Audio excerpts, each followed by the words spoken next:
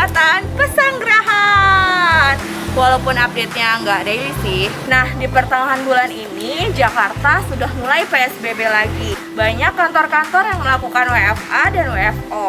Nah, selain kantor-kantor, sekolah, kemudian pondok pesantren juga banyak yang melakukan pembelajaran jarak jauh dari rumah. Salah satunya di pondok pesantren terkenal di wilayah Jakarta Selatan, khususnya di wilayah Pesanggerahan.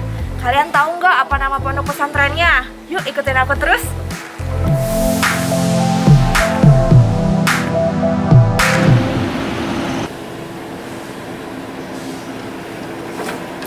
Assalamualaikum, selamat pagi Bu. Ada yang bisa Waalaikumsalam. dibantu? Ya, selamat pagi Pak. Saya Ya. dari Puskesmas sudah Oh, ada iya. janji dengan bertemu dengan pihak yayasan. Oh iya, baik Ibu, silakan masuk, nanti pencet tombol tiketnya. Terima kasih. Sama-sama Ibu, mari. Nah guys, untung kita udah janjian, makanya kita sudah boleh masuk sekarang.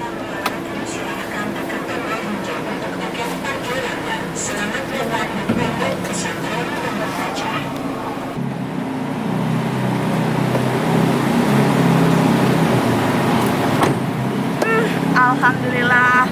Guys, tahu nggak kita di mana? Kita lagi ada di pondok pesantren ternama di Indonesia. Tahu di mana? Pondok Pesantren Darun Najah.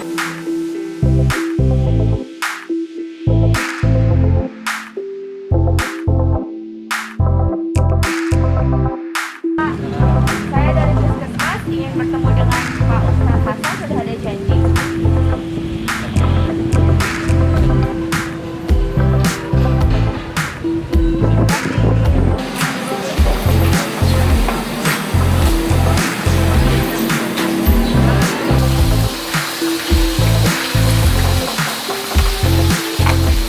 Assalamualaikum, kami dari Puskesmas.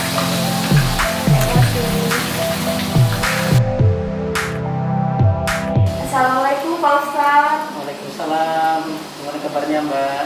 Alhamdulillah baik. Gimana dengan Pak Ustaz? Alhamdulillah kita keluarga dan remaja secara umum sehat-sehat semuanya. Oh iya nih Pak Ustaz, maksud kedatangan kami di sini, kami sebenarnya mau nanya-nanya nih, gimana sih cara metode pembelajaran selama pandemi COVID-19 ini di Pondok Pesantren Darun Najah? Kita dalam lembaga Yayasan Darun Najah ada beberapa cara ketika masa pandemi berlangsung.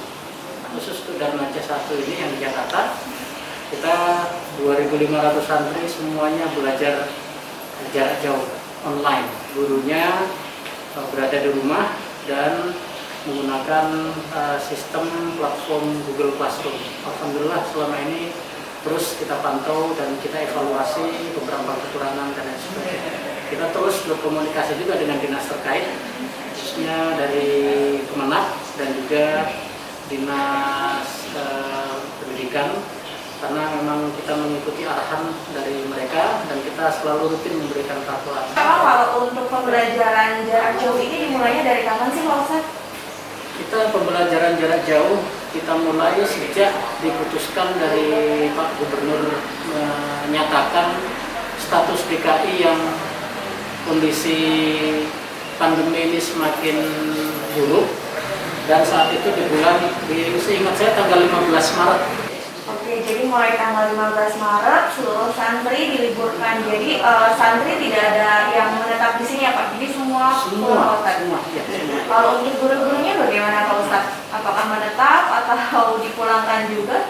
Untuk guru-guru, bagi para guru yang memang tinggalnya posisi di kampus, itu ada sekitar 150-an orang.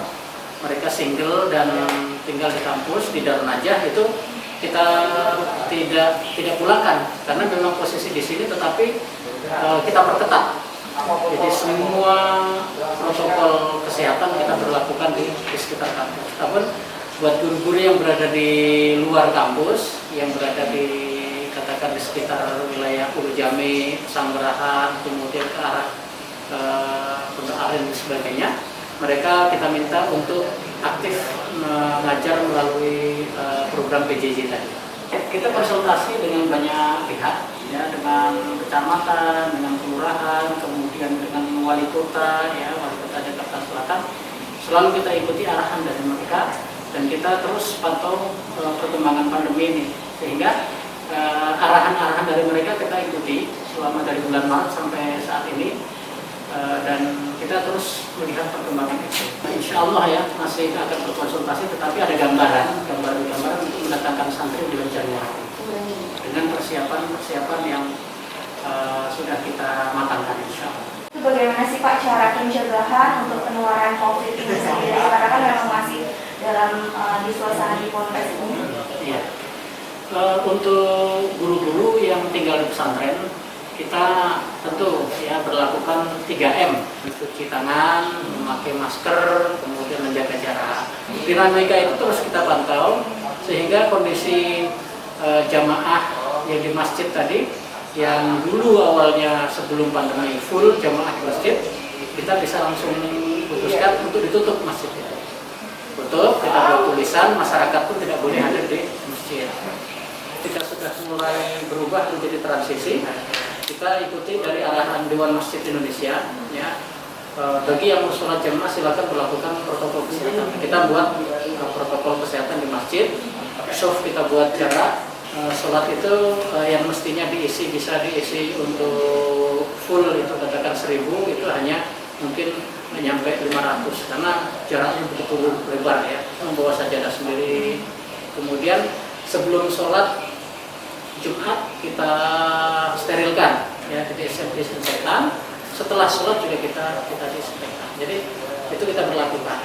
Kemudian juga ada aturan-aturan internal yang mungkin kita beri pemahaman mereka dengan kegiatan seminar tentang kesehatan. Kita undang dokter-dokter kita yang di klinik untuk mengisi guru-guru pentingnya menjaga kesehatan apalagi di masa pandemi. Juga kita konsultasi dengan puskesmas di Hulu Jamil untuk bagaimana penanganan ini melalui klinik kita. Tapi memang namanya anak muda ya, diberi pemahaman sudah, dijelaskan sudah. Ada saja yang susah diatur gitu. Nah ini yang kita perlu dikasih peringatan, kita denda. Jadi mohon maaf, mungkin cukup menyakitkan, dendanya cukup besar, 250.000 jika tidak pakai masker.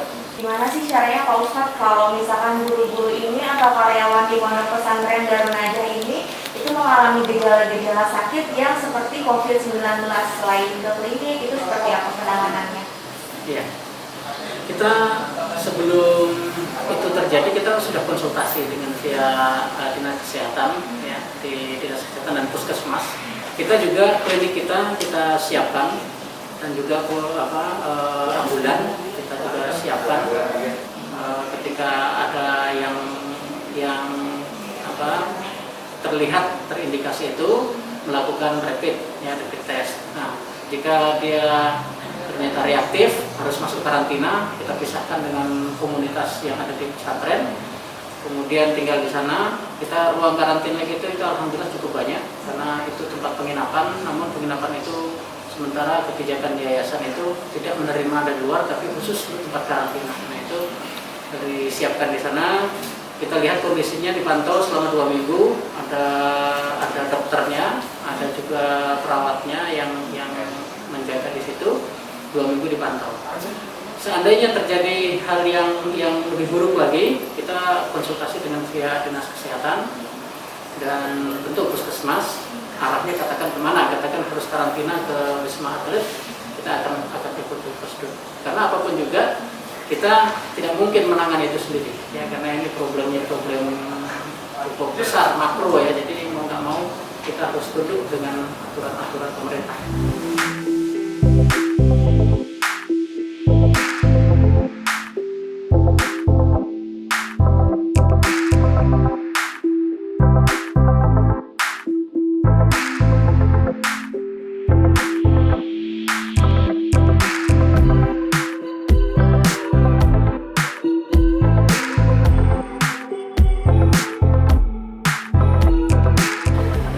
Teman-teman di rumah, jangan lupa ya tetap harus terapkan 3M, yaitu menggunakan masker, mencuci tangan, dan menjaga jarak. Kalian masih ingat kan gimana caranya cuci tangan 6 langkah?